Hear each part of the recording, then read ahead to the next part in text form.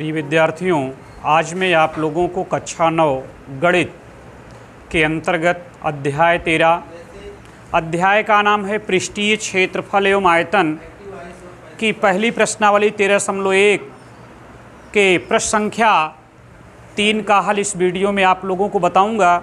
देखिए, इस प्रश्नावली में दो आकृतियों से संबंधित प्रश्नों की समस्याओं का हल हमें जानना है, एक घनाभ तथा दूसरा घन।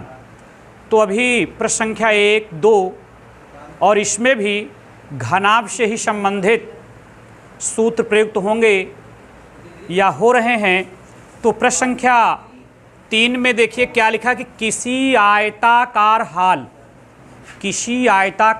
हाल अर्थात जैसे आप अपने घर का कोई कमरा ले लीजिए या विद्यालय का रूम जिस कक्ष में आप बैठकर पढ़ते हैं वो आपका एक आयताकार हाल है। तो उस हाल के फर्श का परिमाप अर्थात जिनमें सीट लगी रहती है बैठने के लिए, जिसमें बेंच वेंच, ये जो नीचे ज़मीन है वो क्या है, फर्श है। तो फर्श का परिमाप कितना है, 250 मीटर है। तो आप जानिए कि किसी आयताकार हाल की जो फर्श होगी उस फर्श का परिमाप का मतलब ये हुआ कि आयत का परिमाप। तो आयत के परिमाप का सूत्र क्या होता है, 2 × L + B, 2 × L + B होता है। तो अर्थात ये जो 250 मीटर दिया है ये 2 × L + B की वैल्यू दिया है, 2 × L + B की वैल्यू दिया है। और दूसरे स्तर पर कह रहा है कि यदि 10 रुपये प्रति वर्ग मीटर का मतलब 1 वर्ग मीटर, 1 वर्ग मीटर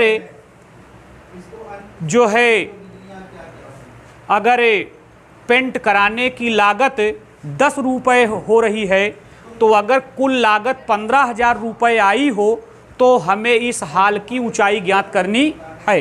तो आप देखिए कि आपके पास यहाँ पर दो बातें हैं। पहली बात तो आपके पास उस आयताकार जो हाल है उसकी फर्श का परिमाप यानी 2 × L + B की वैल्यू आपको दी गई है या पता है। और दूसरी बात कह रहा है कि अगर 10 रुपये प्रति वर्ग मीटर की दर से चारों दीवारों पर पेंट कराने की लागत कितने हज़ार रुपये हो, 15,000 रुपये हो, तो आपको हाल की ऊंचाई ज्ञात करनी है। तो आप यह जानें कि अगर 1 वर्ग मीटर पर 10 रुपये लग रहा है, 1 वर्ग मीटर पर अगर कितने रुपये लग रहा है, 10 रुपये अगर लग रहा है, तो पेंट कराने में कुल कितना खर्च पड़ा है, 15,000 रुपये। तो आप यह सोचने का प्रयास करें कि हमने कितने वर्ग मीटर पेंट करवाया जिससे कि हमारी लागत 15,000 आई। अगर हमने 1 वर्ग मीटर पेंट कराने पर 10 रुपया दिया तो हमने कितने वर्ग मीटर दीवार को पेंट करवाया कि हमें 15,000 रुपये देने पड़े।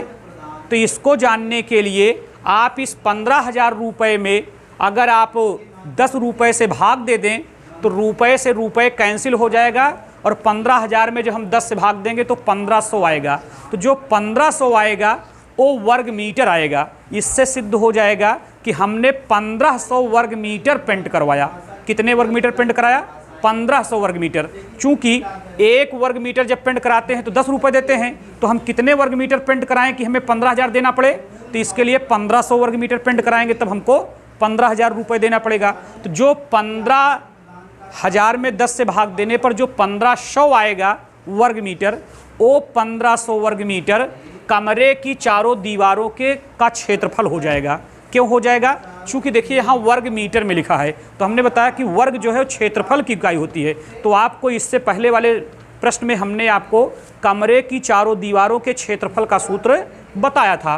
तो अगर हम 15,000 में 10 से भाग दे दें तो जो भागफल आएगा वो वर्ग मीटर में आएगा, और वो जो वर्ग मीटर आएगा वो कमरे की चारों दीवारों का क्षेत्रफल हो जाएगा। तो इसके हल के लिए हम सबसे पहले लिखते हैं कि चूँकि 10 रुपये खर्च पड़ता है बराबर 10 रुपये खर्च पड़ता है बराबर 1 वर्ग मीटर पेंट कराने पर, 1 वर्ग मीटर पेंट कराने पर।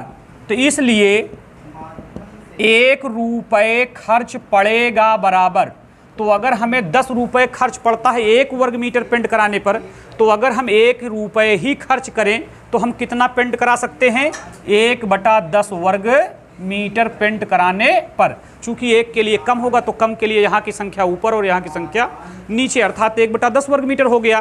तो हमने कितने रुपए पेंट कराने में खर्च किए हैं?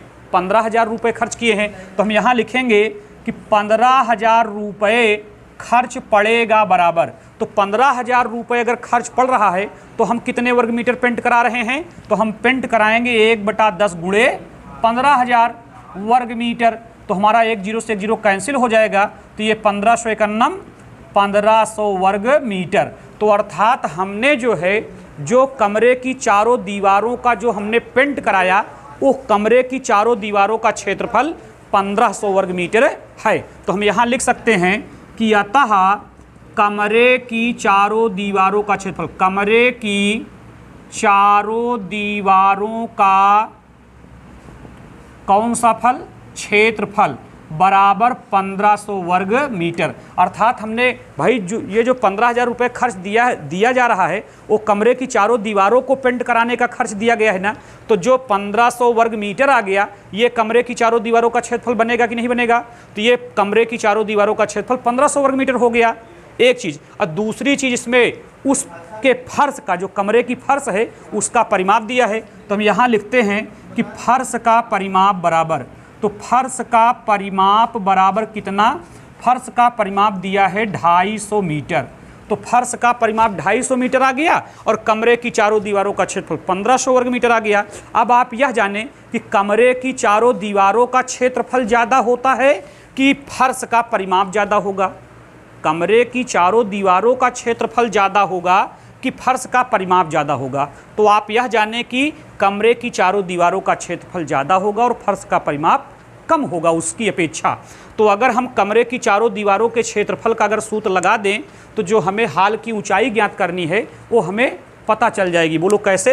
तो हम सूत्र प्रयोग करते हैं कि चूँकि कमरे की चारों दीवारों का क्षेत्रफल बराबर, सूत्र हमने आपको बताया था अगले प्रश्न में, 2 × L + B इंटू क्या? H। ये होता है कमरे की चारों दीवारों के क्षेत्रफल का सूत्र। तो कमरे की चारों दीवारों के क्षेत्रफल का सूत्र क्या हो गया? 2 × L + B गुणे H। अब आप यह जानें कि कमरे की चारों दीवारों का क्षेत्रफल कितना आया है? 1500 वर्ग मीटर आया है। तो हम यहाँ पर 1500 यूज कर सकते हैं, बराबर 2 सूत्र में ही दिया है। अब देखिए 2 × जो L + B है, 2 × L + B, ये है फर्श का परिमाप।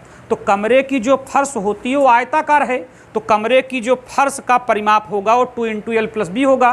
तो जो 2 × L + B लिखा हुआ है, हम 2 × L + B इसके स्थान पर 250 यूज कर सकते हैं। चूँकि फर्श का परिमाप 250 दिया है तो ये 250 किसकी वैल्यू है? 2 × L + B की वैल्यू है। तो अगर हम 2 × L + B पर अगर 250 यूज कर दें तो कोई दिक्कत नहीं होगी, चूँकि फर्श का परिमाप 250 दिया है और 2 × L + B फर्श के परिमाप का ही सूत्र होता है या आयत के परिमाप का सूत्र होता है। और गुणे हमें हाल की ऊंचाई ज्ञात करनी है, तो हमने हाल की ऊंचाई क्या मान रखी है? H। यहाँ पर बल्कि हम चाहें तो लिख सकते हैं कि फर्श का परिमाप जो 250 मीटर है, यहाँ पर हम थोड़ा सा ऐसा लिख देते हैं कि माना हाल की ऊंचाई जो है, ऊंचाई बराबर H मीटर।